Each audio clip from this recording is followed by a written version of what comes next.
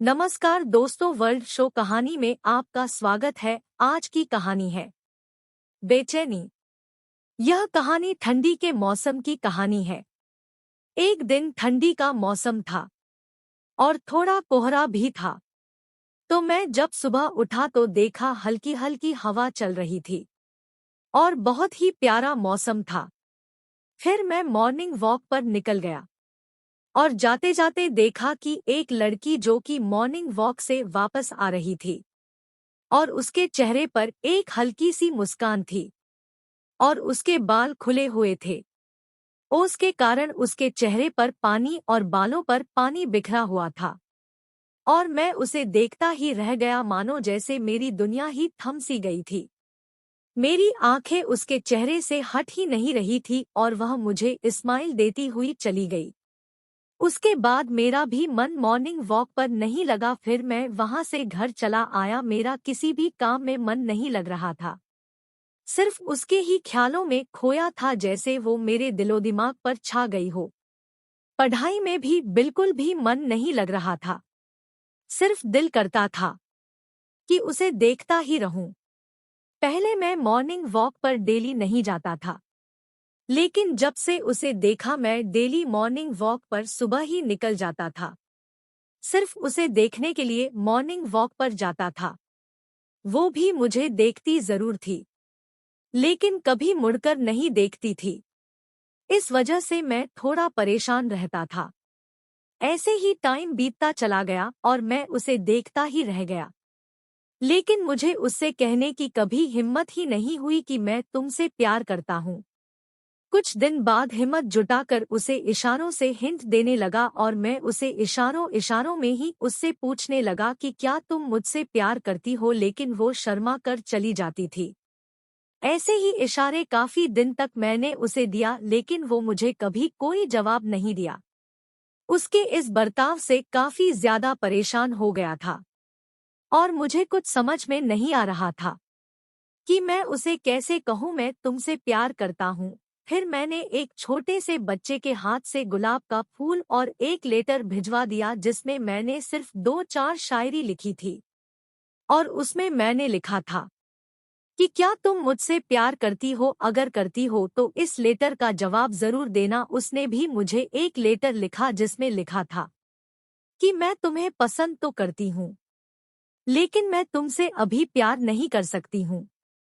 मुझे तुमसे प्यार करने में कुछ टाइम लगेगा, क्योंकि यह मेरी मजबूरी है, क्योंकि मेरे दिल में छेद है और मेरे दिल का ऑपरेशन होने जा रहा है।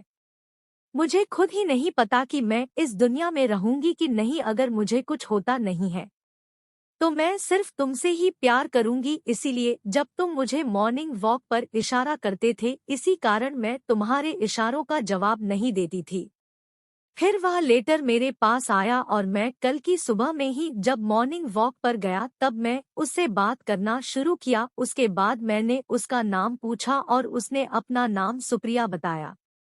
फिर हम डेली मॉर्निंग वॉक पर मिलने लगे और ढेर सारी बातें करने लगे और वो मेरे बारे में जान नहीं थी, हम उसके बारे में जान रहे थे। ऐसे ही हम दोनों में महीनों तक चलता रहा। उसके बाद उसका अगले महीने दिल का ऑपरेशन था और उसका ऑपरेशन दिल्ली के अपोलो हॉस्पिटल में था। जब वो अपने परिवार के साथ दिल्ली के लिए रवाना हुई तब मैं भी उसके पीछे दिल्ली के लिए रवाना हो गया। फिर उसके बाद उसका ऑपरेशन हुआ और सक्सेसफुल ऑपरेशन हुआ। उसके बाद मेरी खुशियों का कोई ठिकाना ही नहीं था, क्योंकि कोई मंदिर, कोई दरगाह, कोई चार्ज नहीं बजे थे जहां मैंने उसके लिए दुआ ना मांगी हो। और मेरी भगवान ने सुन ली। मेरी सुप्रिया को कुछ भी नहीं हुआ और वो धीरे धीरे ठीक होने लगी और मैं डेली हॉस्पिटल में उससे मिलने के लिए जाता था और उससे बातें करता था और हम दोनों हंसी मजाक करते थे। कुछ दिन मेरी सुप्रिया को हॉस्पिटल में ही रहना पड़ा। उसके बाद सुप्रिया बिल्कुल ही ठीक हो गई थी। फिर डॉक्टर ने उसे डिस्चार्ज कर दिया। फिर वो अपने परिवार के साथ अपने घर के लिए निकल गई। उधर मैं भी उसके पीछे ही घर के लिए निकल गया।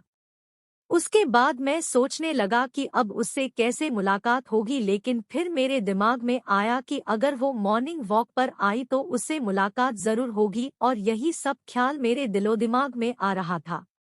इन सब उलझनों के चक्कर में रात भर नींद नहीं आई और देखते देखते ही सुबह हो गई, और सुबह उठा तो देखा कि हल्की हल्की बारिश हो रही थी, और मुझे लगा कि यह बारिश नहीं, मेरे सपनों की बारिश हो रही थी।